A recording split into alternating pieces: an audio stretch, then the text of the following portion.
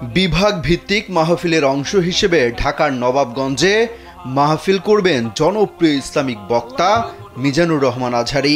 এই মাহফিলে আসার জন্য ভক্ত মুসল্লিদের আহ্বান জানিয়েছেন তিনি। শুক্রবার ফেসবুকে নিজের ভেরিফাইড আইডিতে স্ট্যাটাস দিয়ে তিনি বিষয়টি নিশ্চিত করেছেন। শনিবার তার মাহফিল অনুষ্ঠিত হবে বলেও জানান তিনি।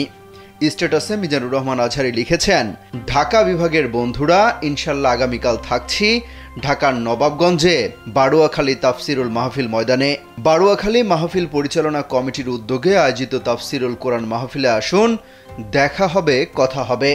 এক বিজ্ঞপ্তিতে বলা হয়, ঢাকার নবাবগঞ্জ থানার বারুয়াখালী গ্রামে ৮ ফেব্রুয়ারি সকাল 10টা থেকে শুরু হবে তাফসিরুল কোরআন মাহফিল।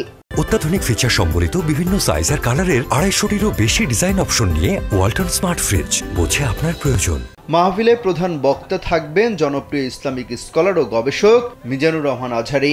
এজন্য 1000 একর কৃষি জমির বিশাল বিলকে মাহফিলের ময়দান বানানো হয়েছে।